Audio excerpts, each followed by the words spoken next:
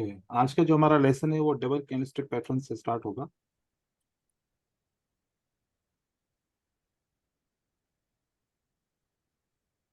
Double candlestick pattern किस तरीके से बनते हैं और उनकी क्या प्रेडिक्शन होती है, तो इनके ऊपर पहले उसके स्ट्रक्चर के ऊपर बात करते हैं। बुलिश कैंडलस्टिक के जो डबल पैटर्न होते हैं, डबल कैंडलस्टिक पैटर्न जिसमें एंगल्फिंग, लेकिन एंगल्फिंग को किस तरीके से सही तरीके से पहचाना जाता है। जो एंगल्फिंग की बड़ी कैंडल होती है उसकी हम 50% लेवल लेते हैं, open price to close price. जैसे कि यहाँ पर हमने लिया, अगर ये रेड कैंडल इससे बड़ी है तो फिर बुलिश इंगल्फिंग, और अगर ये रेड कैंडल इससे छोटी है तो फिर ये आउटसाइड बार। तो ये डिफरेंस हमेशा रहता है जब भी कोई हम पैटर्न्स वगैरह रिकग्नाइज कर रहे होते हैं। इसी तरीके से एक रेड कैंडल बड़ी और उसके हिसाब से एक ग्रीन कैंडल आ जाए, और अगर ये ग्रीन कैंडल 50% से बड़ी है रेड कैंडल से तो ये पियर्सिंग लाइन, और अगर 50% से छोटी है तो इनसाइड बार। लेकिन यहाँ पर एक और है कि ये 50% से छोटी होनी चाहिए और उसके बाद 25% से बड़ी होनी चाहिए। ऐसा नहीं है कि अगर 10% ये बॉडी हो उसको हम आउटसाइड बार माने, वो एग्जॉशन होगा। अगर ऐसे छोटी सी कैंडल बन जाए और यहाँ पर आपको नजर आए कि इस तरीके से एक पैटर्न बन जाए यूं, तो ये पैटर्न हम नहीं मानेंगे, इसको आउटसाइड बार नहीं मानेंगे। तो 50% यहाँ तक रहा और 25% हमारा यहाँ तक रहा, ये 25% से छोटी है तो ये आउटसाइड बार नहीं होगा। सेम रूल है कि ये 25% से बड़ी होनी चाहिए, और जैसे कि बड़ी है तो इनसाइड बार है। पैटर्न को सही तरीके से पहचानेंगे तो फिर उसको ट्रेड भी सही तरीके से कर पाएंगे। ऐसे एक और पैटर्न है, ये बुलिश हरामी पैटर्न। जैसे गैप्स का मैं बात करता हूँ गैप्स के ऊपर, तो गैप का कॉन्सेप्ट इसी बुलिश हरामी पैटर्न से आता है।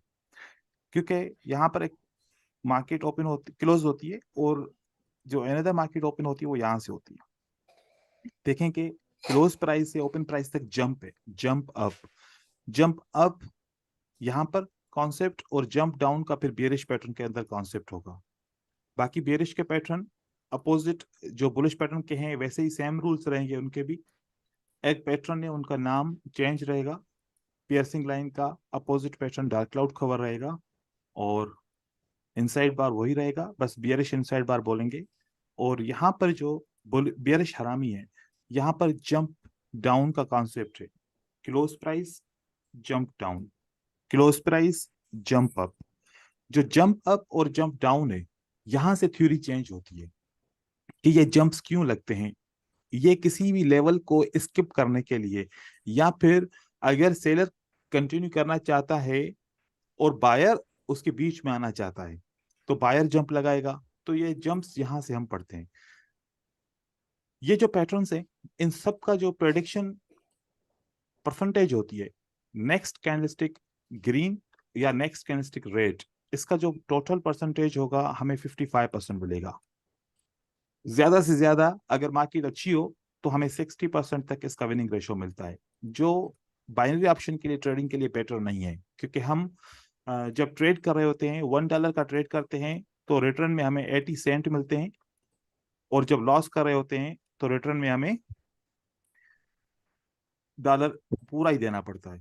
तो ऐसे अगर हम 10 ट्रेड करें जिसमें से 5 विन करें और 5 लॉस करें, तो विन जो करेंगे तो उससे $4 का प्रॉफिट होगा, और लॉस करेंगे तो $5 का उससे नुकसान होगा। तो एट द एंड हम फिर भी $1 माइनस में रहेंगे 50% रिजल्ट पे।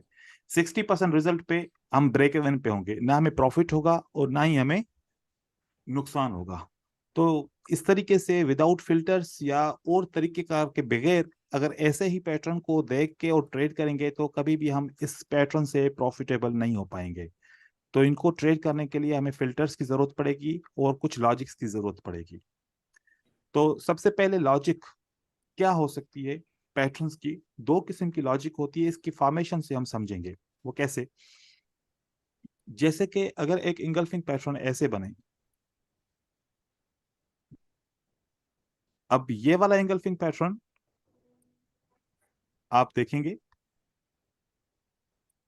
और ये वाले पैटर्न को भी देखेंगे, साथ में एक और इंगल्फिंग पैटर्न बनेगा ये वाला, ये हैं तो सब इंगल्फिंग पैटर्न ही, लेकिन इनकी फॉर्मेशन चेंज है, इनकी रीडिंग चेंज है। और एक और इंगल्फिंग का पैटर्न बनेगा चौथा भी। तो मोस्टली पैटर्न्स डिफरेंट तरीके से फॉर्मेट होते हैं, हमेशा एक जैसे नहीं बनते। और इसके साथ एक और पैटर्न भी ऐड हो सकता है। और नहीं, ये इंगल्फिंग है ना, हम इंगल्फिंग की बात कर रहे हैं, मैं पियर्सिंग लाइन नहीं कर रहा। ये इंगल्फिंग ऐसे, ये देखिए। अब सारे पैटर्न में डिफरेंस है। जो पैटर्न काम नहीं करेगा मोस्टली, वो ये पैटर्न काम नहीं करेगा, और ये पैटर्न काम नहीं करेगा। क्यों? आप यहां पर एक चीज देखें, ये जो रेड कैंडल का कैंडल है, इसका विक और ग्रीन कैंडल का विक एक बराबर है, या फिर ग्रीन कैंडल का विक छोटा है। लेकिन यहां पर देखें, एक रेड कैंडल का विक और ग्रीन कैंडल का विक, ग्रीन कैंडल का विक इसको क्रॉस करता है डाउन की तरफ। जब डाउन की तरफ क्रॉस करे, ये माना जाता है कि ये सबसे ज्यादा स्ट्रॉन्ग पैटर्न है और इसकी विनिंग रेशियो सबसे ज्यादा होती है, मार्केट विदाउट रिट्रेसमेंट कंटिन्यू करती है। लेकिन जब विक बराबर हो, तो मोस्ट ऑफ द चांसेस क्या होते हैं, 45% यहां पर एक रेड कैंडल आती है। रिट्रेसमेंट भी हो सकती है, या फिर एक बड़ी कैंडल भी हो सकती है। और विक क्रॉस बॉटम की तरफ हुआ, हम समझते हैं ये बहुत स्ट्रांग है। लेकिन अगर विक क्रॉस हो जाए और साथ में वो कैंडल इसी विक के अंदर क्लोज हो जाए, तो फिर इसका विनिंग रेशो कम हो जाएगा, फिर हम इसको ट्रेड नहीं करेंगे। या फिर इसकी बात की जाए, तो यहाँ पर ये भी ये सेम है, ये वाला पैटर्न सेम है, बस इसकी हमें विक को कम करना है। ठीक है, ये सिर्फ विक को हमें कम करना है। ये हो गया। अब आप बताएं, कोई भी एक बंदा बताए कि जब आप एंगल्फिंग को ट्रेड करते हैं, तो आप सबसे पहले एंगल्फिंग को ट्रेड करने के लिए क्या देखते हैं? किस तरीके से आप एंगल्फिंग को ट्रेड कर रहे होते हैं? कोई भी एक बंदा बताए मुझे। सर ये जो आपका पहला वाला जो बुलिश इंगल्फिंग है, हम्म। इसको मैं तो पहला देखता था, पूरा प्रीवियस जो कैंडल है उसका हम्म। पूरा बॉडी ढक लिया, हम्म। पूरा बॉडी उसका अंदर आ गया, हम्म। तो उसको ही मैं फॉलो करता था तब। बट ठीक आगे है। तो पता चला तो इसका अंदर कोई काम करते नहीं। देखिए, अब हमें क्या पता चला, विक क्रॉस। अब ये विक क्रॉस पैटर्न कहाँ से आता है, ये कौन करता है? हमारे पास मार्केट में कितने किस्म के ट्रेडर हैं? दो किस्म के ट्रेडर हैं। एक होते हैं रिटेलर्स, हम सब कौन से ट्रेडर्स हैं? रिटेलर। रिटेलर्स। और दूसरा होता है इंस्टीट्यूशनल ट्रेडर। देखें, रिटेलर ट्रेडर जब ट्रेड कराता है, इनकी अपनी एक पहचान होती है ना, और जैसे ही इंस्टीट्यूशनल ट्रेडर ट्रेड करता है, उनकी भी अपनी पहचान होती है। हमें कैसे पता चले कि इंस्टीट्यूशनल ट्रेडर ये पैटर्न बना रहे हैं? तो इंस्टीट्यूशनल ट्रेडर पैटर्न हमेशा विक क्रॉस करके फिर बनाते हैं, राइट? और जब इंस्टीट्यूशनल ट्रेडर्स बनाते हैं, तो वो पावरफुल होता है और वहां से मार्केट रिवर्स नहीं करती। और जब रिटेलर्स बना रहे होते हैं, तो उनके पैटर्न में इतना दम नहीं होता, इतना वॉल्यूम नहीं होता, जिसकी वजह से वो पैटर्न्स ऐसे विक क्रॉस वाले नहीं होते। वो बहुत पुश करते हैं मार्केट को, विदाउट विक क्रॉसिंग ही मार्केट में पैटर्न बनाते हैं। तो जो रिटेलर्स होते हैं वो हमेशा इस तरीके के पैटर्न बनाते हैं, और जो इंस्टीट्यूशनल ट्रेडर होते हैं वो हमेशा ऐसे पैटर्न इस बनाते हैं। तरीके का होता है। लेकिन अब इंस्टीट्यूशनल ट्रेडर भी देखो ना, हमारी साइकोलॉजी को पढ़ते हैं। वो समझते हैं कि अब हमारी जितनी भी लॉजिक्स थी, पहले शुरू शुरू में जब हम ट्रेड करते थे, तो लोगों को पता नहीं होता था, इसलिए हम आसानी से प्रॉफिट कर लेते थे। लेकिन अब लोगों को हमारे लॉजिक्स के बारे में पता चल गया है।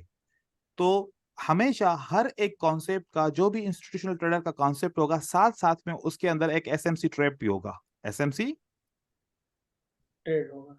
ट्रैप होगा।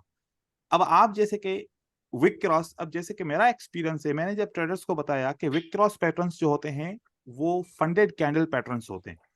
मतलब इसके अंदर इन्वेस्टमेंट किसकी होती है? इंस्टीट्यूशनल ट्रेडर की इन्वेस्टमेंट होती है। तो सब लोगों ने क्या सोचा, क्या किया, सबसे ज्यादा उन्होंने काम किया, बस यहां से विक क्रॉस को देखा और ट्रेड किया, बाकी की कोई कंडीशन नहीं देख रहे। तो शुरू शुरू में मार्केट उस दिन बहुत अच्छी थी, उन दिनों में। तो लोगों ने इतना पैसा कमाया कि मैं आप लोग बताऊं, एक एक दिन में 4-4 हजार, 5-5 हजार डॉलर एक एक बंदा कमाता था। ठीक है।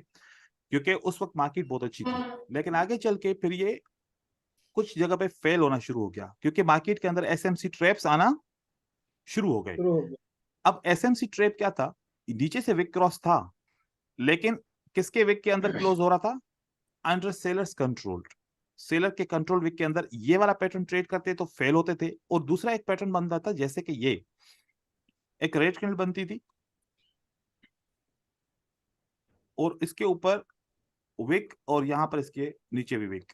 यहां पर हमने देखा कि ये नीचे वाला विक तो कंट्रोल होता था ऐसे, ऊपर वाली कैंडल इतना जाके फिर वापस आके इसी के अंदर क्लोज होती थी।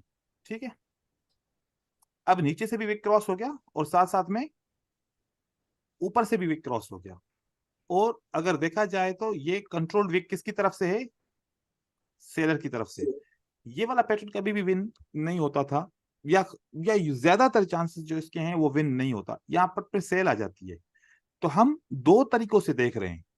कितने तरीकों से? दो तरीकों से। एक तो हमें यह पता चल रहा है कि ये पैटर्न काम नहीं करेगा। जब पैटर्न काम नहीं करेगा तो एंट्री कौन सी बनेगी? रिवर्स की सेल एंट्री का बनेगी, कितना? सेल की बनेगी। रिवर्स। तो हमारे पास अगर हम पैटर्न को एक इंगल्फिंग को ट्रेड नहीं कर रहे तो it means we are just ignoring to buy. ठीक है, हम वो इग्नोर कर रहे हैं बाय करना। ठीक है, लेकिन हम उसको रिवर्स भी कर सकते हैं। तो पैटर्न इस लॉजिक्स के बिहाफ के ऊपर सारे हम ट्रेड करते हैं। सिर्फ पैटर्न की अगर देखा जाए, सिर्फ और सिर्फ पैटर्न को देखा जाए, तो हमारे पास क्या रिजल्ट आएगा? 55%। मैं यही मानता हूं। और 45% क्या आएगा? पैटर्न हमारा फेल होगा। तो इन सारे पैटर्न को ट्रेड करने के टोटल मैं तरीके कितने बताता हूं? तीन तरीके हैं डिफरेंट। आप में से जो भी, जिसको जो भी तरीका समझ में आए वो उस तरीके से ट्रेड कर सकता है, लेकिन तीनों तरीके बहुत अहम हैं। ठीक है, अब ये हमने एक बात को रिसर्च किया कि ये जितने भी पैटर्न्स होते हैं, चाहे डबल कैंडलस्टिक पैटर्न हो, चाहे सिंगल कैंडलस्टिक पैटर्न हो, या चाहे ट्रिपल कैंडलस्टिक पैटर्न हो, तो इनका विनिंग रेशो क्या आता है? 5%। 55%। तो अगर इन पैटर्न के साथ एक एक कैंडल को ऐड कर दिया जाए तो ट्रिपल कैंडलस्टिक पैटर्न बन जाता है। तो फिर वो जो नया पैटर्न बनेगा उसका भी विनिंग रेशो 55% रहेगा। तो कौन सी कैंडल उसके साथ ऐड करें? तो यहां पर ट्रिपल कैंडलस्टिक पैटर्न बन जाएगा। देखिए, यहां पर एक इंगल्फिंग हमने बनाई और उस इंगल्फिंग में एक नॉर्मल या एक स्ट्रॉन्ग कैंडल ऐड की। हैमर, इन्वर्टेड हैमर और स्पिनिंग कैंडल हम ऐड नहीं करेंगे। इसके अलावा जो कंटिन्यूएशन कैंडल्स के अलावा जो कैंडल्स होंगी, नॉर्मल टाइप ऑफ कैंडल, वो ऐड करेंगे। और अगर इस तरीके की कैंडलस्टिक बन जाए तो तीन कैंडलस्टिक मिला के एक पैटर्न बनता है 3 आउटसाइड अप, और इसका भी विनिंग रेशो क्या रहेगा? 55%। और सारे पैटर्न ट्रेड कैसे करते हैं वो हम तरीका आगे चलते हैं, सिर्फ पैटर्न्स को रिकॉग्नाइज कर लें। अब इस पैटर्न की जो फॉर्मेशन है 3 आउटसाइड अप, इसको मॉरिस इंगल्फिंग भी बोलते हैं। दूसरे लफ्जों में एक मॉरिस ट्रेडर था, उन्होंने ये पैटर्न दरियाफ्त किया था। वैसे सिर्फ इंगल्फिंग का पैटर्न था, लेकिन उन्होंने पैटर्न दरियाफ्त किया कि अगर एक स्ट्रांग सी कैंडल या नॉर्मल सी कैंडल इसके अंदर आ जाए तो हम इस कंप्लीट को हम मॉरिस इंगल्फिंग कहते हैं। उसका नाम मॉरिस था। ठीक है, तो ये पैटर्न 3 क्यों बोलते हैं इसको? क्योंकि ये 3 कैंडलस्टिक हैं। और आउटसाइड क्यों बोलते हैं? कि सेकंड नंबर कैंडल इसके आउटसाइड क्लोज होती है, और आउटसाइड क्लोज प्राइस की होती है, भले विक के अंदर ही रहे कोई मसला नहीं, तो आउटसाइड क्लोज होती है। अब क्योंकि इसका डायरेक्शन अप की तरफ जा रहा है, 3 आउटसाइड अप। और 3 आउटसाइड अप एक और पैटर्न से भी बन सकती है, जो हमारा एक आउटसाइड बार आ जाए उसके साथ भी एक आउटसाइड कैंडल बार। मिल जाए तो हम ये भी हमारा 3 आउटसाइड अप होता है। आपने मोस्ट ऑफ द टाइम देखा होगा कि one green, one red, two green, next candlestick mostly you found the red candle. ठीक है, मतलब 55% आपके चांस क्या होंगे? 45% या 55% चांस क्या आएंगे कि एक रेड कैंडल बन रही होगी। तो एक रेड कैंडल के बाद फिर आपको देखा होगा कि आपको एक ग्रीन कैंडल मिली होगी। तो इस तरीके की फॉर्मेशंस बन रही होती हैं चार्ट्स के अंदर। जब एक पैटर्न मार्केट में चल रहा होता है तो वो अपना पैटर्न या तो रिट्रेसमेंट देता है, ठीक है, या फिर मार्केट में कंटिन्यू करता है। और कंटिन्यू करने के चांसेस कैसे होते हैं? कि अगर एक इंगल्फिंग बन जाए ऐसे, और इस इंगल्फिंग के साथ 3 आउटसाइड अब बनते हैं यहां पर, तो हम देखते थे कि तीसरी कैंडल भी ऊपर की तरफ जाती थी। ठीक है, ऐसे तीसरी कैंडल भी ऊपर की तरफ चली जाए तो अब हमारे पास एक नया पैटर्न बन जाता है। 3 कैंडलस्टिक अगर ऐसे ऊपर की तरफ जाएं और एक नॉर्मल कंडीशन में हो या स्ट्रांग कंडीशन में हो तो 3 वाइट सोल्जर कहलाता है, एक नया पैटर्न बन जाता है। फिर वहां पर एक रेड कैंडल आती थी और उसके बाद फिर एक ग्रीन कैंडल बन जाती थी। तो मोस्ट ऑफ द टाइम आपने क्या देखा है, इसी तरीके से देखा है। या फिर जब 4 कैंडलस्टिक पैटर्न बन रहा Hasan, हो। आवाज कौन सी?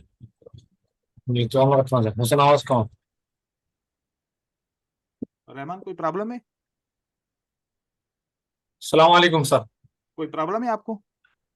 सर मेरा नेटवर्क है ना वाईफाई का, हमारा बांग्लादेश में थोड़ा बारिश हो रहा है ना, उसी कारण पे वो मेरा वाईफाई का लाइन चल गया था। अभी आया है, अभी मैं क्लास पे। अच्छा, अभी अब श्योर नहीं की करिए, क्लास को सही तरीके से देखिए। देखें, इस तरीके से कोई भी शोर ना करे ताकि डिस्टर्ब ना हो जाए। हम बात कर रहे होते हैं ना तो हमारा मोशन सारा टूट जाता है। Sorry sir, I am extremely sorry sir. अगली बार इंशाल्लाह ऐसा नहीं होगा। ओके, ये देखिए, अब यहाँ पर कोई भी कंटिन्यूशन साइन आ सकती है इस पैटर्न के बाद। जब ऐसे कंटिन्यूशन साइन आती है तो फिर हम समझते हैं कि 4 ग्रीन कैंडलस्टिक बनेगी, और ऐसे 4 ग्रीन कैंडलस्टिक भी बन सकती हैं। फिर 4 ग्रीन कैंडलस्टिक का कोई भी पैटर्न नहीं है, लेकिन जब यहाँ पर एक किसी रेजिस्टेंस की वजह से एक रेड कैंडल आ रही होती है तो फिर हम ये मानते हैं कि ये जो 4 कैंडलस्टिक हैं इनका मोटिव, इनका जो पावर है बहुत ज्यादा है। ये एक कैंडलस्टिक इनका पावर को रोक नहीं सकती, इसलिए मार्केट पुश करेगी, कम से कम एक बार जरूर पुश करेगी। तो यहां से अगर मार्केट पुश करे तो ऐसे पैटर्न्स बन रहे होते हैं। चार्ट के अंदर आपको ऐसे पैटर्न्स मिलते हैं, या तो एक रेड के बाद 2 ग्रीन, एक रेड फिर अगेन एक ग्रीन बनता है, या तो फिर एक रेड के बाद 2 ग्रीन पैटर्न बन के फिर एक और पैटर्न बनता है। तो ये वाला जो पैटर्न बन गया 3 वाइट सोल्जर बन गया, उसकी रिट्रेसमेंट आती है, फिर वो कंटिन्यू करता है पैटर्न। या तो फिर कंटिन्यूशन साइन आती है तो 4 कैंडलस्टिक बनती हैं और फिर मार्केट इस तरीके से कंटिन्यू करती है। तो ये सारे फॉर्मेट्स होते हैं, ये फॉर्मेट्स सब मिलके एक चार्ट बनाते हैं। ठीक है, हम पैटर्न्स जब क्लियर करेंगे तो हम एक चार्ट सीक्वेंस को पढ़ेंगे कि चार्ट किस तरीके से बन रहे होते हैं। तो 3 आउटसाइड अप पैटर्न बहुत इंपॉर्टेंट पैटर्न है, इसको आपने इग्नोर नहीं करना, क्योंकि मोस्ट ऑफ द टाइम हर एक बंदा जो ट्रेडर्स होता है ये समझता है कि इंगल्फिंग के बाद बायर स्ट्रांग हो गए तो अगली कैंडल ग्रीन बनेगी, लेकिन इसके चांसेस इतने ज्यादा नहीं होते। 55% as per the pattern chances हैं और 45% सेलर के भी चांसेस होते हैं। ठीक है, और बड़ी बात, मार्केट की ब्यूटी ऐसी है, कोई भी स्ट्रेटजी टेस्ट करो, विदाउट फिल्टर्स टेस्ट करो, 55% से 60% रिजल्ट आएगा। कोई ऐसी दुनिया की स्ट्रेटजी नहीं है जिसका रिजल्ट 100% या 90% विदाउट फिल्टर्स आए। फिल्टर के साथ आपकी 100% स्ट्रेटजी बन सकती है, लेकिन विदाउट फिल्टर सारी स्ट्रेटजीज आप जो मन में सोचो, जो दिमाग में सोचो कि अगर ऐसे कैंडलस्टिक आए तो फिर अगली कैंडल ग्रीन बनेगी, या ऐसे कैंडलस्टिक आए तो फिर अगली कैंडल रेड बनेगी, तो आपका रिजल्ट 55 to 60% आएगा, इससे बढ़कर नहीं आएगा। क्योंकि मैं हर एक थॉट को, हर एक कॉन्सेप्ट को, सबको मैं टेस्ट कर चुका हूं, और वो पैटर्न्स इंडिकेटर्स बना के मैं टेस्ट कर चुका हूं। तो आप याद रखें कि कोई भी ऐसी स्ट्रेटजी नहीं होगी जो विदाउट फिल्टर्स आपको 100% दे। मतलब आपको सारे कॉन्सेप्ट समझने पड़ेंगे हर एक पैटर्न के और हर एक मूवमेंट के। फिर आगे देखें, 3 इनसाइड अप। यहां पर 3 आउटसाइड अप पहले पढ़ा और अभी हमने 3 इनसाइड अप। इसमें क्या डिफरेंस है? कोई एक बंदा मुझे डिफरेंस को बताए। जो डिफरेंस हमने समझा, इसको 3 इनसाइड अप क्यों कह रहे हैं हम? सर उसमें ये था कि रेड के बाद जो ग्रीन थी वो इनगल्फिंग वाला पैटर्न था। ग्रीन जो है ना वो रेड को मतलब क्रॉस कर रही थी। इसमें ये कि ग्रीन शॉर्ट है रेड से। ओके, ठीक है, ये हमारा फॉर्मेशन तो आपका सही है, लेकिन हम ऐसे कह सकते हैं कि सेकंड कैंडल आउटसाइड क्लोज हो रही थी रेड के, इसलिए वो आउटसाइड पैटर्न था, और ये अब सेकंड कैंडल इनसाइड क्लोज हो रही है तो फिर ये इनसाइड पैटर्न है। ठीक है, क्लोजिंग इसकी सेकंड कैंडल की इनसाइड है। अगर एक और चीज मैं पूछना चाह रहा हूं, क्या मैं इसको मान सकता हूं कि this is a 3 inside up? अगर ऐसा पैटर्न बन जाए,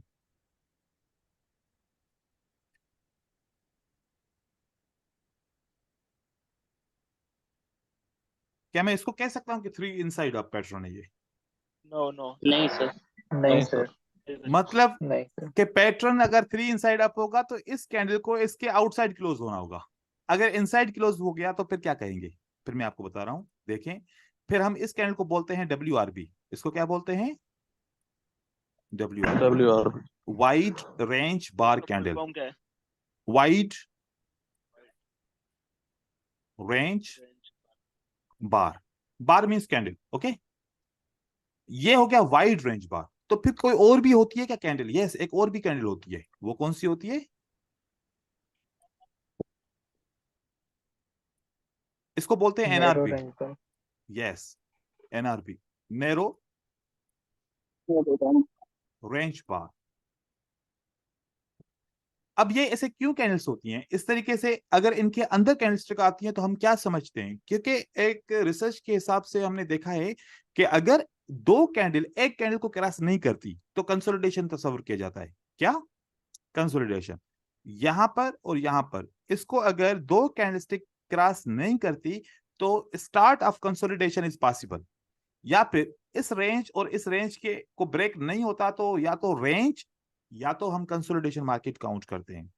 तो ये पैटर्न मतलब स्ट्रांग होता है, तो पैटर्न को इसको क्रॉस करना जरूरी है। तो ये मोमेंटम को शो करता है कि बायर्स हैव अ मोमेंटम। ठीक है, नहीं तो ये WRB फिर जो आप आगे चल के साइकोलॉजिकल पैटर्न पढ़ेंगे वो इसके अंदर काम आएगा कि वो कंसोलिडेशन में किस तरीके से प्राइस कंपाउंड हो जाएगी, कंप्रेस हो जाएगी एक बॉक्स के अंदर, और कैसे फिर रिवर्सल होते रहेंगे। ठीक है, यहां पर देखिए इनसाइड बार के साथ भी एक 3 इनसाइड अप बन सकता है। तो ये चार पैटर्न ने मिलके दो पैटर्न बना दिए। ठीक है, और बेरिश के भी ऐसे रहेंगे, हम इनको इग्नोर नहीं कर सकते। ये देखें पैटर्न्स, ये पैटर्न अपने जहन में रखना है। अब इसके बाद जो पहला तरीका है ट्रेड करने का, सबसे जो पहला तरीका, और वो पैटर्न को जब हम ट्रेड करते हैं और फेल क्यों होते हैं हम उसके ऊपर डिस्कस कर रहे हैं। देखिए दूसरी स्लाइड में ओपन करा, उस पर देखिए।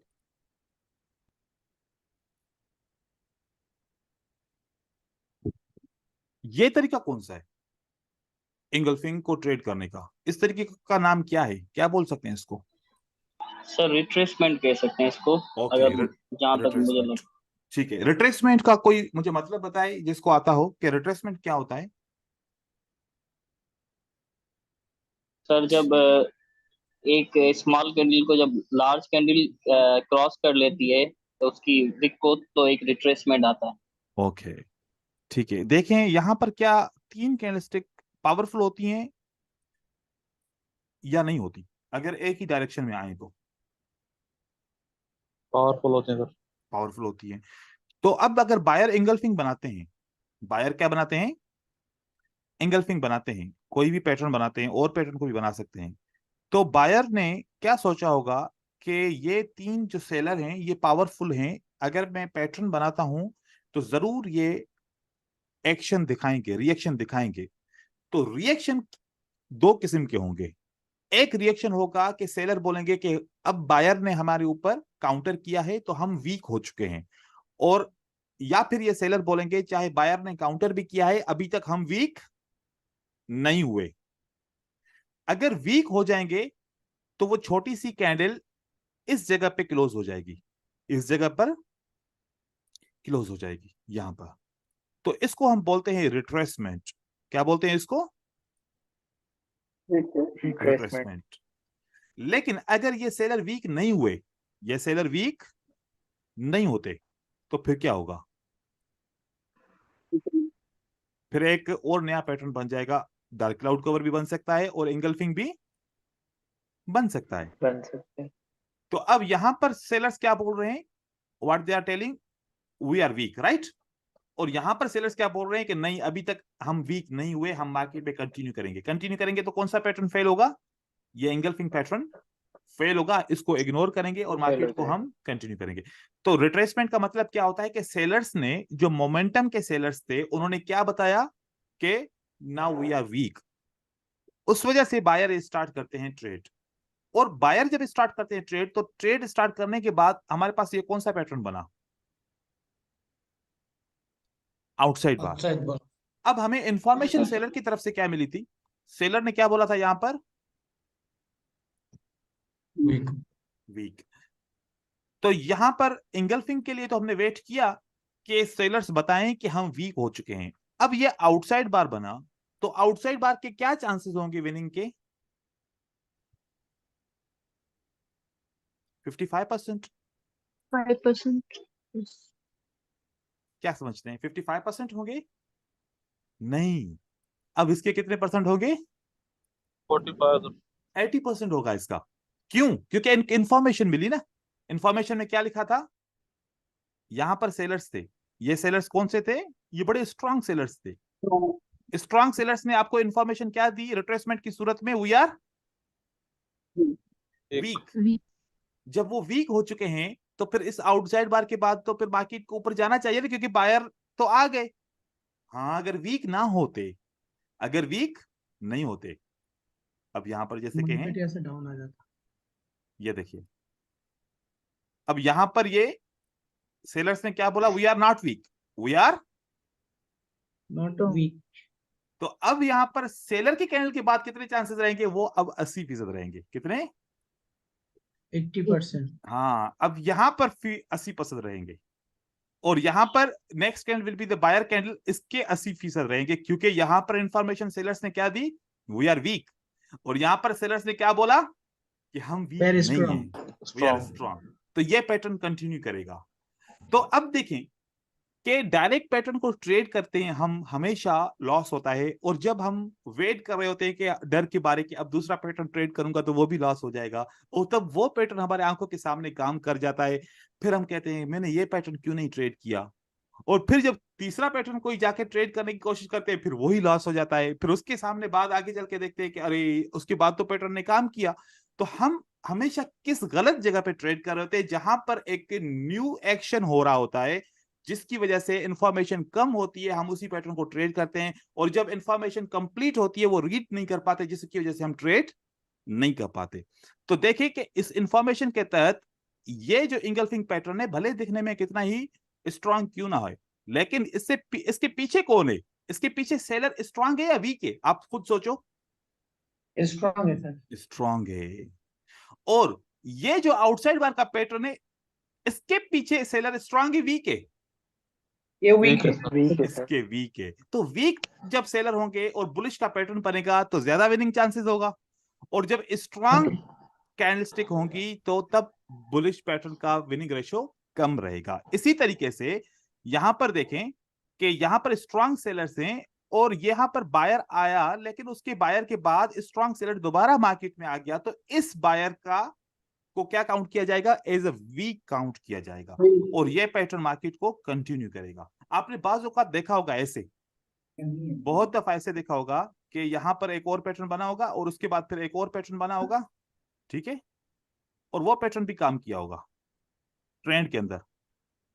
तो देखते हैं कि यार यहां पर इस पैटर्न की भी कोई रिट्रेसमेंट नहीं आई और इस पैटर्न की भी कोई रिट्रेसमेंट नहीं आई। हम सोचते हैं कि ऐसा कौन सा तरीका होगा कि हम ये समझ लें कि इस पैटर्न के बाद रिट्रेसमेंट नहीं आएगी तो हम ट्रेड करें। तो रीजन आपके सामने बिल्कुल क्लियर है कि पहला पैटर्न जब हमारे पास कोई भी रिट्रेसमेंट नहीं देता, अगर ये वाला पैटर्न रिट्रेसमेंट दी, नहीं दी, इस पैटर्न ने रिट्रेसमेंट दी, नहीं दी, जब दो पैटर्न एक साथ रिट्रेसमेंट नहीं देते तो तीसरा पैटर्न रिट्रेसमेंट नहीं देता और 80% चांस होता है कि अगली कैंडल यहां पर रेड बनती है। ठीक है, ये सीक्वेंस होती है और इस सीक्वेंस को हम आगे चल के पढ़ेंगे, हमारे टॉपिक के अंदर शामिल है। ठीक है, इसके अलावा दूसरा तरीका क्या है? मतलब इसी एक तरीके के अंदर भी चार तरीके हैं। ठीक है, एक इंगल्फिंग के बाद रेड कैंडल नहीं आई। अब ये इंगल्फिंग मान लो कि पीछे से सेलर स्ट्रांग है, वीक है तो और अच्छा है, और अगर स्ट्रांग है तो ये है। ठीक है, अब स्ट्रांग सेलर के बाद एक कंटिन्यूएशन साइन आ जाती है इंगल्फिंग के बाद। ये कंटिन्यूएशन साइन बोलती है कि अब आप नेक्स्ट ट्रेड कर सकते हो। तो इसके बाद पैटर्न को ट्रेड करोगे, आपको 80% चांस मिलेगा विन करने का। और अगर डायरेक्ट करेंगे तो फिर ये रिट्रेसमेंट भी आ सकती है, या फिर एक बियरिश का पैटर्न भी बन सकता है, या फिर अगला पैटर्न है या इन्वर्टेड हैमर आ जाए, या फिर एक स्पिनिंग कैंडल आ जाए। तो हम हर पैटर्न के बाद कितना वेट करते हैं? 6 minutes. 1 मिनट का वेट करना एक पड़ता है। कैंडल का। वो आपको इंफॉर्मेशन देती है कि आपको ट्रेड करना चाहिए या फिर नहीं करना चाहिए। डायरेक्ट किसी भी पैटर्न को ऐसे आप ट्रेड नहीं करते इस तरीके के मुताबिक, आपको 1 मिनट का वेट करना पड़ता है। बाकी दूसरे तरीके हैं जिसमें हम डायरेक्ट भी ट्रेड करेंगे, ठीक है, वेट नहीं करेंगे।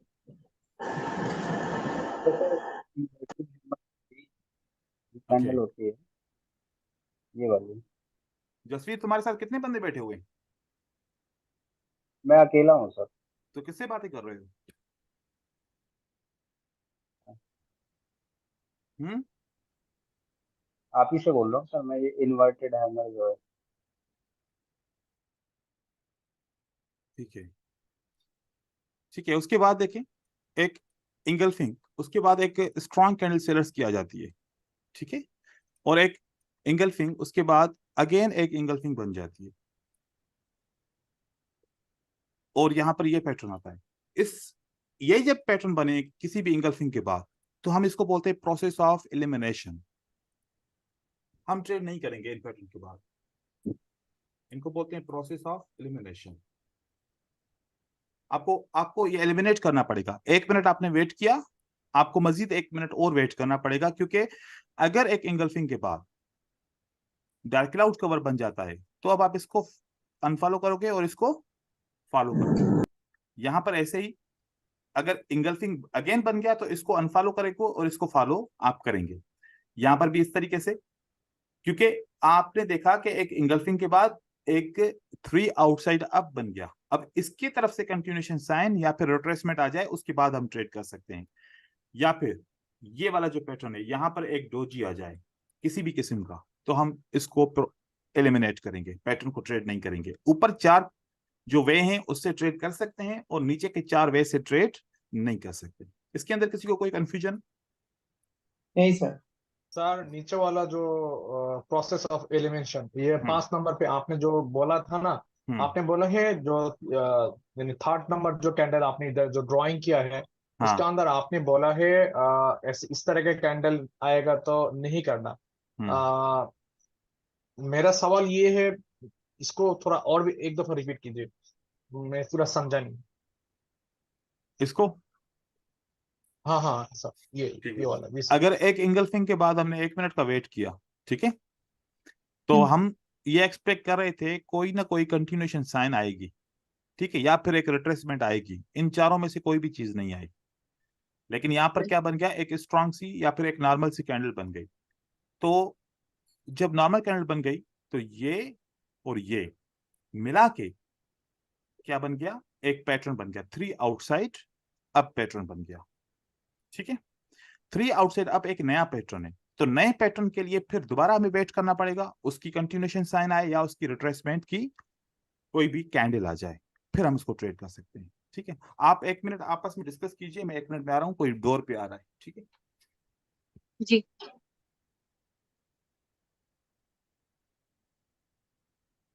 हेलो।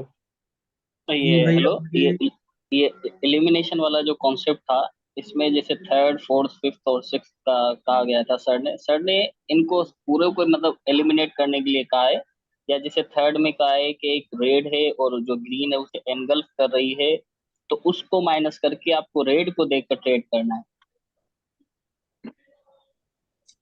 थर्ड में भी मैं जो वही कहा था और फोर्थ में भी। जो है ना, वो समझ गया। यार ये 3 4 5 मेरा सर में ऊपर के गया। ये ओके, तुम्हारा वीडियो देखना पड़ेगा। Sir okay. ने कहा है देखें, कि जब ये 3 मैं नंबर रिपीट आई। कर रहा हूँ, मैं रिपीट कर रहा हूँ, देखें। सर पूरा रिपीट करो सर, ठीक है, पूरा पूरा रिपीट रिपीट करो। करते हैं। हम दूसरे पैटर्न के ऊपर रिपीट कर रहे हैं, ठीक है। ये एंगल्फिंग हो गया। जी। अब हम अगर दूसरा पैटर्न हो तो वो कैसे ट्रेड करेंगे, देखें। ये हमारे पास क्या आया, कौन सा पैटर्न बना? Piercing outside. Line, piercing line, okay. कैसे आउटसाइड बार नहीं है, पियर्सिंग लाइन। अब पियर्सिंग लाइन जैसे पैटर्न बना, तो हमने क्या देखना है कि there are chances of retracement 45%, और 55% चांसेस हैं कि कोई कंटिन्यूएशन कैंडल या कोई नॉर्मल कैंडल सी बन सकती है। लेकिन हमने पैटर्न बनने के फौरन बाद ट्रेड नहीं करना। तो अब हम वेट कर रहे हैं कि या तो रिट्रेसमेंट की कैंडल आ जाए या तो कोई एक कंटिन्यूएशन कैंडल आ जाए, ठीक है। तो हम जब वेट कर रहे थे, तो यहाँ पर कौन सी कैंडल बनी, एक रिट्रेसमेंट की कैंडल बनी। तो ये साइन है कि आप नेक्स्ट कैंडलस्टिक पे बाय का ट्रेड कर सकते हो, क्योंकि पीछे सेलर स्ट्रांग थे, अब सेलर वीक हो चुके हैं, तो अब बायर दोबारा मार्केट में आ सकते हैं। तो आपने बाय का ट्रेड कर लिया, एक तरीका ये हो गया। फिर दूसरे तरीके में आपने देखा कि एक पियर्सिंग लाइन बना, और उसके बाद हमने देखा 1 मिनट का वेट किया, तो एक हैमर बन गया, जो हैमर एक कंटिन्यूएशन कंटिन्यूएशन साइन। साइन है। तो हमें पता चला कि ये पैटर्न ट्रू है, हमें ट्रेड करना चाहिए, हमने कर दिया। या फिर एक पैटर्न बनने के बाद हमने देखा कि दूसरी कंटिन्यूएशन साइन इन्वर्टेड हैमर बन गया, तो हमने अगला ट्रेड भी कर दिया, या फिर एक स्पिनिंग कैंड बन गया तो हमने अगला ट्रेड भी कर दिया। कंटिन्यूएशन। ठीक है, 4 तरीके से ट्रेड कर लिया। अब बाकी दूसरी किसी किस्म की भी कैंडल बन सकती हैं तो वो हम अवॉइड करेंगे। क्या करेंगे? अवॉइड करेंगे। अब जैसे कि अगर एक पियर्सिंग लाइन का पैटर्न बना, ये किसका पैटर्न है? बायर का पैटर्न है। अगर बायर के पैटर्न के बाद सेलर का पैटर्न बनेगा तो फिर हमें सेलर को फॉलो करना है, बायर को छोड़ देना है। अब यहां पर देखा कि किसका पैटर्न बन गया, यहां पर डार्क क्लाउड कवर सेलर का पैटर्न बन गया, तो अब तो सेलर एक्टिव हो गए, सेलर ने पैटर्न बना लिया, तो फिर सेलर के पैटर्न को ट्रेड करने के लिए फिर एक और मिनट वेट करना पड़ेगा, क्योंकि यहां पर हमें 4 पैटर्न में से 4 चीजों में से कोई भी चीज ना मिली, तो यहां पर वेट करना है, फिर अब नए पैटर्न को फॉलो करना है। इसी तरीके से यहां पर एक एंगल्फिंग बन गया, तो पहले पैटर्न को अनफॉलो करेंगे, सेकंड पैटर्न को हम फॉलो करेंगे।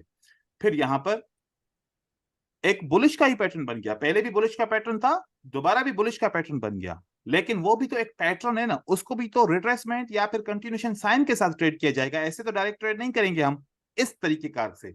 तो यहां पर इसको भी हम फॉलो वेट करेंगे 1 मिनट मजीद, और या फिर डोजी आए तो इंडिसिशन हो गया, अब बायर या फिर सेलर कोई भी आ सकता है, तो हम डोजी से तो बिल्कुल ही एलिमिनेट करेंगे।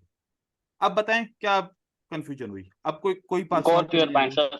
हाँ sir everything doji is clear पे सर, ट्रेड लेना ही नहीं ना सर। हाँ, अब क्लियर हो गया ना सारा? जी जी डोजी सर, अब पे क्लियर हो डोजी के गया। बाद वाले कैंडल पे ट्रेड लेना ही नहीं ना। लेना ही नहीं है, ठीक है, डोजी वाले पे तो ट्रेड ही हाँ। नहीं लेना, छोड़ देना है। हम पढ़ेंगे आगे चल के, डोजी को भी कवर करेंगे, लेकिन हर जो कॉन्सेप्ट होगा ना वो एक एक कॉन्सेप्ट करके पढ़ेंगे, तो फिर सारे कॉन्सेप्ट इकट्ठे कर सकते हैं। ठीक है, सही है जी सर, सर। सही है।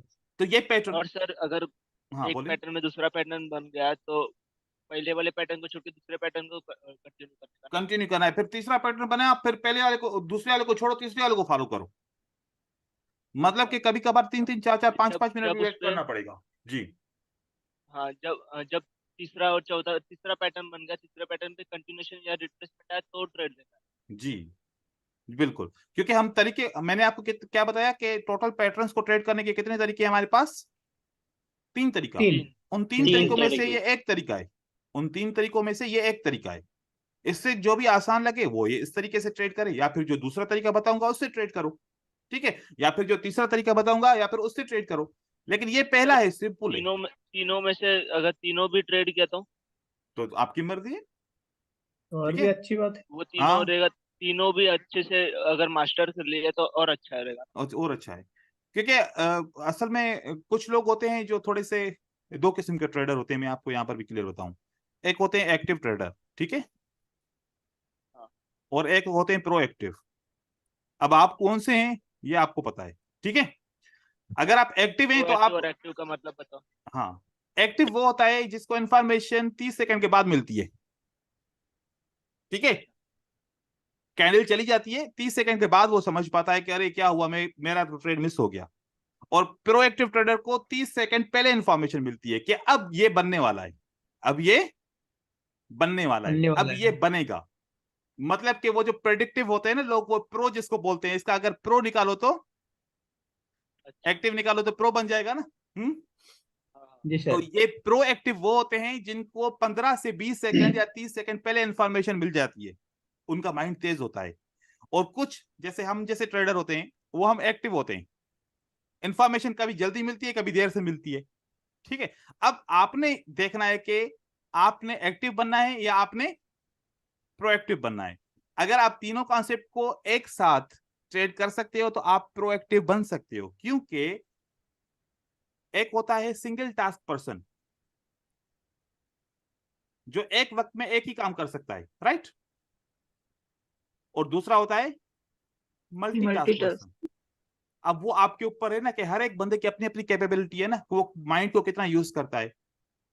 तो अगर आप मल्टीटास्क पर्सन बन जाएंगे तो आप सारे कॉन्सेप्ट को एक साथ ट्रेड कर पाओगे, और अगर आप सिंगल टास्क वाले रहोगे तो फिर आप हमेशा एक ही स्ट्रेटजी को साथ में लेके चलोगे। आप हमेशा यही सोचोगे कि यार छोड़ो सारी स्ट्रेटजी को, कौन ट्रेड करे, एक ही को बस पकड़ो, एक ही को मास्टर करो। जो लोग यही सोचते हैं ना कि एक ही स्ट्रेटजी को मास्टर करके ट्रेड करो, मतलब वो सिंगल टास्क पर्सन है, वो नहीं कर पाते, 2-3 चीजों को एक साथ नहीं मिला पाते। आपने मल्टीटास्क बनना है, मल्टीटास्क बन जाओगे ऑटोमेटिकली प्रोएक्टिव बन जाओगे। ठीक है, आपका अब माइंड क्या होना चाहिए, टारगेट क्या होना चाहिए, आपको मल्टीटास्कर बनना है ट्रेडिंग के अंदर। ठीक है अच्छा। सर ये जो है ना सर, आप ये जो इन्वर्टर हैमर बनाया आपने ना रिप्लेसिंग के बाद, हम्म, लाइन के बाद, वो सर रेट के अंदर क्लोज हुआ सर, हाँ भले फिर भी वो ट्रेड तो, कर सकते हैं उसको? ये तो हमने मॉडल बनाया है ना ऐसे। ठीक है, तो वो एक अलग कॉन्सेप्ट है ना। अच्छा। ठीक है, अब पैटर्न को ट्रेड करने के ओके। लिए तो कोई भी नहीं बताता ना कि विक इसके अंदर हो, विक इसके बाहर हो, क्या हो, ये तो जस्ट मॉडल है, पैटर्न है। अब आपको पता है कि अगर ऐसी कोई भी कंटिन्यूएशन साइन आ जाए और इसके विक के अंदर क्लास क्लोज हो जाए तो फिर आपको ट्रेड ही नहीं करना ना, ये वाला पैटर्न। ठीक है, तो ये ओके आपको सर। फिर अवॉइड करना ओके सर। पड़ेगा। सही है, तो ये तो हमने ऐसे मॉडल बनाया आप लोगों को समझाने के लिए। ठीक है, ओके तो सर, अब ये थैंक यू हमारे सर। पास एक तरीका बन गया। अब हमारे सब कुछ सही तो होने के कंटिन्यूशन बावजूद भी, पैटर्न को वीक को क्रॉस करना चाहिए। जी, सब कुछ सही होने के कंटिन्यूशन बावजूद भी पैटर्न आपका को लॉस वीक को होगा। क्रॉस करना। आप बोलें पहले पहले सॉरी सॉरी सॉरी। ठीक है, इसके बाद देखिए, अब जो बात मैं समझाने जा रहा हूं वो बहुत इंपॉर्टेंट है। ठीक है, टाइम देखो क्या हुआ है पहले। ओके, 10 मिनट में हम इसका इंट्रोडक्शन कर लेते हैं, मजीद इसको कल पढ़ेंगे। देखें, एक कैंडल, आप अभी यहां से स्टार्ट कीजिए। एक कैंडल को दूसरी कैंडल जब कवर करती है, कंट्रोल करती है, तो आप क्या बोलते हो कि क्या बन गया, इंगल्फ बन गया। इंगल्फिंग। इंगल्फ बन गया, राइट। और Yes, sir. इंगल्फ, जी जी। इंगल्फ का मतलब समझते हो कि बायर बड़े स्ट्रांग है। क्लियर है सारी बात, ये यहां तक है ना। जी सर। जी सर। ठीक है, अब अगर तीन कैंडल को, कितनी कैंडल को, तीन कैंडल को चार कैंडल कंट्रोल करें, तब भी तो बोलेंगे ना बायर बड़ा सेलर स्ट्रांग है। स्ट्रांग है। हाँ, Yes, sir. तभी Yes. भी क्या बोलेंगे, बायर बड़ा स्ट्रॉन्ग है। स्ट्रांग है। Strong. तो अगर मैं तीन कैंडल को जोड़ दूं, ये ऐसे जोड़ दिया, और मैं यहां पर बायर को जोड़ दूं, तो बना क्या, इंगल्फिंग बन एक गया। Engulfing. ओके चलो ठीक है। या फिर अगर ऐसा हो, दो रेड कैंडल आ जाएं, राइट, एक ग्रीन कैंडल आ जाए, या फिर दो ग्रीन कैंडल भी आ जाएं, और उसके बाद फिर यहां से एक ग्रीन बने, एक रेड बने, फिर एक ग्रीन बने, फिर एक रेड बने, फिर एक ग्रीन बने। अगर मैं अभी भी इस सारी कैंडल्स को जोड़ दूं तो ये मानूं उसके सेलर हैं, ये मानूं के बायर हैं, तब भी तो इंगल्फिंग हुआ ना। जी सर। ठीक है, अब जी हम सर। सिंगल कैंडल को तो सिंगल कैंडल ही बोलते हैं ना, पैटर्न बोलते हैं ना, दो कैंडल्स मिल गई तो पैटर्न बन गया। ठीक है, लेकिन अब हम इसको, अगर तीन कैंडलस्टिक बन गई या दो से ज्यादा या तीन कैंडलस्टिक बन गई, इसको तो वेव मानेंगे ना। हाँ, Yes, जी sir. और इसको भी वेव मानेंगे, Yes. इसको भी वेव मानेंगे, जी जी। और इसको भी वेव मानेंगे। तो एक सेलर की वेव को किसने कंट्रोल किया, बायर। Buyer. बायर ने। ओके ओके, अब ये बात याद रखनी है यहां तक। ठीक है, यहां तक याद रखना है कि एक सेलर की वेव को किसने कंट्रोल किया, बायर। बायर ने। Buyer. कहां से कंट्रोल किया, ये बात देखते हैं। अब मैंने देखा कि यहां से लेके यहां तक सेलर थे, इनको बायर ने कंट्रोल किया। एक अब कॉन्सेप्ट को रिपीट कीजिए, support become resistance, resistance become support. तो सेलर Support. बिकम बायर्स, या फिर बायर बिकम सेलर हो सकते हैं, है ना। तो यहां पर जो Obviously. सेलर की स्ट्रेंथ थी वो किस में कन्वर्ट हो गई, बायर। Buyer. बायर के अंदर हो गई कन्वर्ट। ओके क्लियर, ये बायर के अंदर कन्वर्ट हो गई। अब अगर सेलर आएंगे तो किसके लेवल के अंदर आ रहे हैं, Support. ये होल एरिया किसका है, Buyer. बायर। तो जब तक सेलर बायर्स इनको, का सर। तो यहाँ पर आवाज सेलर जरा आ ठीक गए है। तो अब्दुल मालिक आपकी तरफ से शोर सर, क्यों बहुत आ रहा है, आवाज आ रहा है। अब क्या करें, आप लोग खुद सोचो, ये डिस्टर्ब ऐसे होते हैं ना। एक माइक्रोफोन अच्छा सा ले लेना। देखें अब क्या हुआ, अब ये सेलर किसकी जोन में आ गए, किसके एरिया में आ गए, Buyers. बायर किसी। बायर के। यहां पर सेलर फेल होंगे, यहां पर क्या होगा, सेलर फेल होंगे। Fail. और ये टोटल जोन किसकी थी, बायर की थी। ठीक है, तो यहां पर दोबारा बायर आएंगे और मार्केट को ऐसे ऊपर की तरफ लेके जाएंगे। जब दोबारा मार्केट में बायर ऊपर की तरफ लेके गए तो अभी भी आप देखें किसकी वेव कंट्रोल हुई? बायर। भी सर बायर का। इधर बायर कंट्रोल हुआ सर। नहीं, बायर ने कंट्रोल नहीं किया नहीं है, नहीं, इधर कंट्रोल हुआ सेलर, नहीं है। इधर अभी देखो, सेलर का। बायर कंट्रोल हुआ और बायर ने कंट्रोल किया, दोनों अलग अलग चीजें हैं, ठीक है। तो यहां पर बायर यस ने सर। सेलर को कंट्रोल किया है, ठीक है। या अब जी दोबारा सर। किया, जब दोबारा किया तो दोबारा क्या बना यहां पर? Buyer zone. बायर जोन बन गया। अब बायर जोन के जी अंदर कौन सा सर। पैटर्न बनता है? यहां पर देखिए,